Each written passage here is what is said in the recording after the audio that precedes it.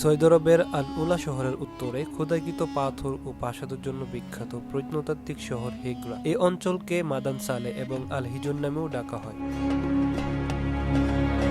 প্রায় 2000 বছর জনমানবহীন থাকার পর পর্যটকদের জন্য উন্মুক্ত করে দেওয়া হয় প্রাচীন এই শহরটি।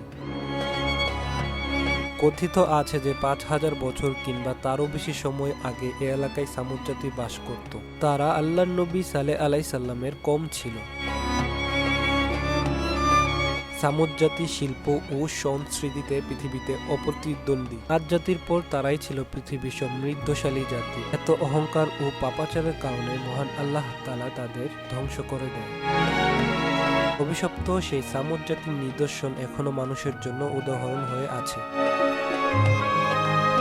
আমি ইমন ছিলাম আপনাদের সাথে। ভিডিওটি যদি ভালো লাগে অবশ্যই একটি লাইক কমেন্ট করতে ভুলবেন না। এরকম সব ভিডিও পেতে এখনই আমার চ্যানেলটাকে সাবস্ক্রাইব করে পাশে থাকা বেল আইকনটাকে ক্লিক করে দিন, তাহলে পরবর্তী ভিডিও আপনার কাছে খুব সহজেই পৌঁছে যাবে।